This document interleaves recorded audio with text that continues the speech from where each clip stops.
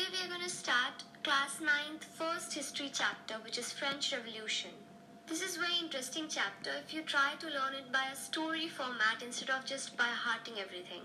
So your chapter starts with the incident of storming of Bastille on 14 July 1789.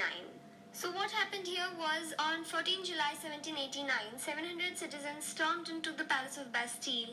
They killed the commander and they freed 7 prisoners who were there in the prison. So what exactly happened here? Actually, the king came from the palace of Bastille with his troops and army, and that's why rumors were spread among the people that he is going to attack them. Feeling that 700 citizens together gathered at the town hall, they went into the government buildings, they collected all the arms and ammunition that they wanted for their security. Some people went to the eastern part, whereas some other people went to the prison in search of arms and ammunition. But there they killed the commander of Bastille and 7 prisoners were there in the prison. They set that prisoners free. So when will we go through the chapter, that time we'll come back to this incident. Just remember the date and the incident, overall what took place. So now, what about the society? How was the society divided in France at that time? So in the late 18th century, the French society was divided into 3. Clergy, nobility and the working class, or the third estate. This third estate or working class had to pay all sorts of taxes in the country, and they were among 97% of people or of total population. The clergies and the nobility, they enjoyed all their privileges and they did not have to pay any sort of taxes. 90% of people were farmers in France, but 60% of the land was owned by clergies and nobilities. That is the first and the second estate people. As we said, third estate had to pay all sorts of taxes, under which it was a direct tax from clergy, which was thyle, and the church taxes were separate, which were tithes. And along with other taxes, they had to pay king's separate taxes, which were known as feudal taxes. So third estate was treated very badly or very unequally that time. So why didn't they revolt against it? Yes, they did many revolts, but always failed because of no education and no proper organization and management. But as people got educated, they got new ideas and they realized that no one should enjoy the royal privileges just because they are born in that class, but instead a person's importance should depend on his social position in the country. At this time, there were many philosophers who put forward their ideas and tried to unite people.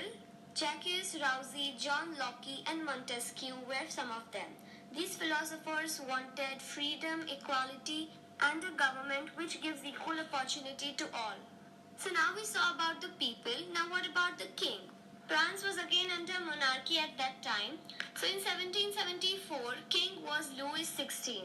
He became the king of France at the age of 20 and he was married to Marie Antoinette. And this Louis XVI belonged to the Bourbon family. But actually, when Louis XVI became the king, the treasure of the France was empty. So what was the reason for this empty treasure? Again, we are going to learn point by point, so remember it here itself. Just before this, France had long years of war, and so there was a lot of expenditure that had gone over. Secondly, the Palace of Versailles was a very huge and lavish palace, so maintaining that palace itself cost a lot of money.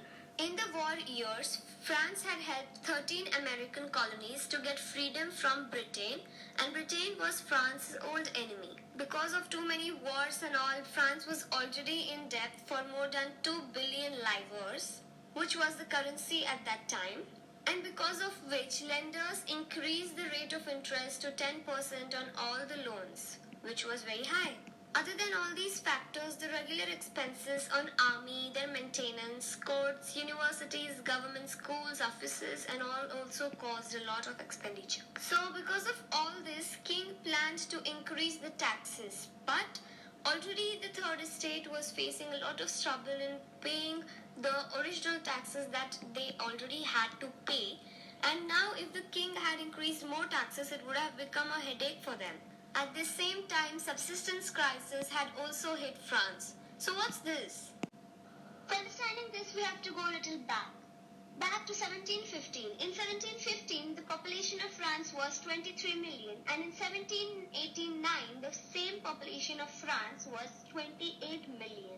So as the population was growing but there was no food productivity, and because of which the money on food was increasing but the income of people was decreased. People were not getting paid with proper wages in which they could live in the society. So this gave rise to food riots and bodies became weaker, causing many deaths. In between this time itself, the king planned to increase taxes, and before he did anything of such sort, he has to call a meeting which is called Estates General.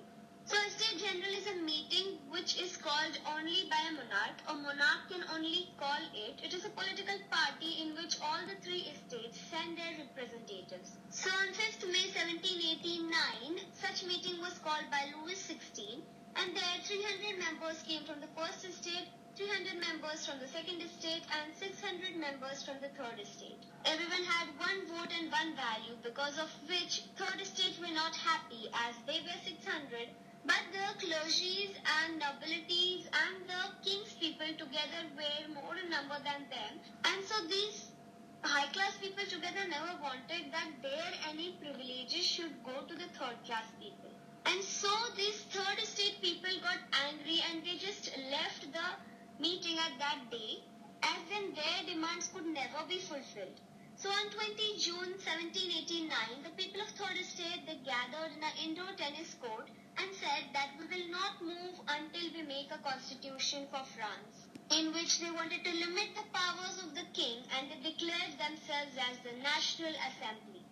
And the leaders who were leading this National Assembly were Mirabeau and Emmanuel Joseph Size.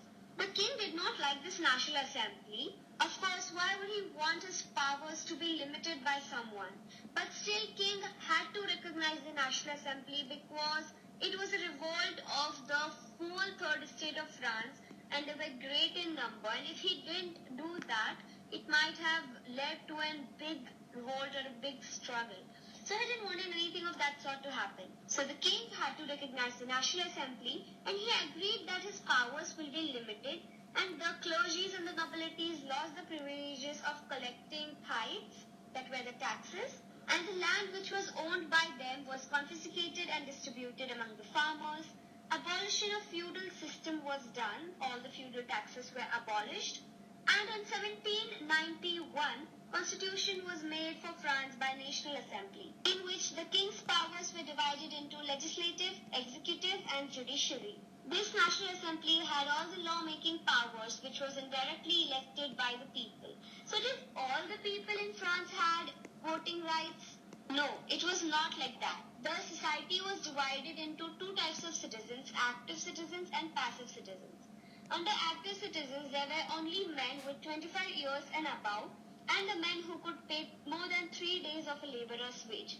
And these active citizens were only given right to vote.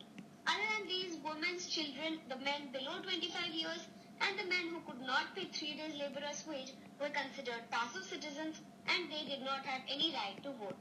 In the constitution, which was drafted by National Assembly, they used many symbols to convey different ideas, because at that time everyone in France was not educated. Here we are going to study some of them.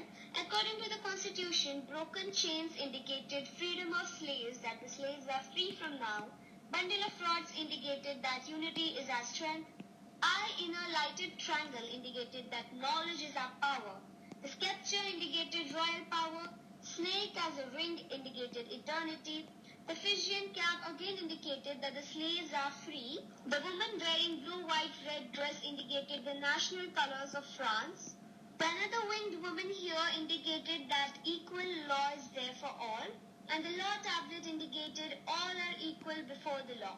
So the king had actually accepted the National Assembly in one way, but did he really, with his full heart, he was with the National Assembly, or something else was going on in his mind? So yes, you're right. King accepted the National Assembly, but he made secret plans and negotiations against the people or against the National Assembly. But before anything happened, National Assembly declared war against Austria and Prussia, who were supporting Louis XVI. At that time, the patriotic song Marseillaise was sung, which further became national anthem of France. Meanwhile, many political clubs were made so that people could give their suggestions, their views, and their feelings for their country. And the most important club among them was the Jacobin Club under the leadership of Maximilian Robespierre. Their uniform was long striped trousers that were similar to those of dock workers at that time. Again, when the bread prices increased, then the Jacobins planned to imprison the king, and the National Assembly also elected the same method to imprison the royal family. Finally, the king was imprisoned, and on 21st Jan 1793, Jan 1793, he was guillotined. So now what is this guillotine? You can understand that it is something related to killing, but exactly what is it? So guillotine was a device used at that time for killing people, generally the prisoners after they get some punishment. So as you can see here, the person had to sleep or lie down here on the slab, and then the rope was removed, and then from the top, the blade was falling and the neck of that person was cut off. This was just for you to make understand. And by the same method, on 21st January 1793, the King Louis XVI was guillotined. After that, again elections took place, and this time men about 21 years who had property had right to vote. Again, children and women did not have any right to vote. And this newly elected body was called as National Convention. On 21st September 1792, France abolished monarchy and declared itself republic. After that, Jacobin Club government was formed and the reign of terror started. So what was this reign of terror? It was a time in between 1793 to 1794, and that time Robespierre ruled under Jacobin Club government. Robespierre was very strict and he had a very severe control on the country. He gave very deadly punishments for even not many big things. The people whom he didn't like, for example, the ex-nobles or the clergies or the member of his own party or the member of other political parties that opposed him were first imprisoned, and if the person was guilty by the revolutionary tribunal, then that person was guillotined. As Maximilian was very strict and wicked, at first people liked him, but later they started hating him, because of which the court convicted him, and then he was also guillotined like he did to many others. After all, there was one thing good done by this Maximilian Robespierre, that he abolished slavery in France. One more thing apart from this he did good, that was in old France, any book, song or play went to the king's people first, and only if they approved, only then it was released. But now people had freedom. As per the new constitution, people had freedom of right to express their feelings about the people or about the country as they wanted. So when Jacobin Club government had a fall, because Maximilian Robespierre was guillotined, new constitution was made and all the rich people of the society took over the power.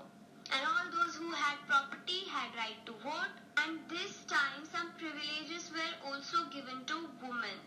This constitution they had two legislative councils, and these two legislative councils together had to make a directory of 5 people.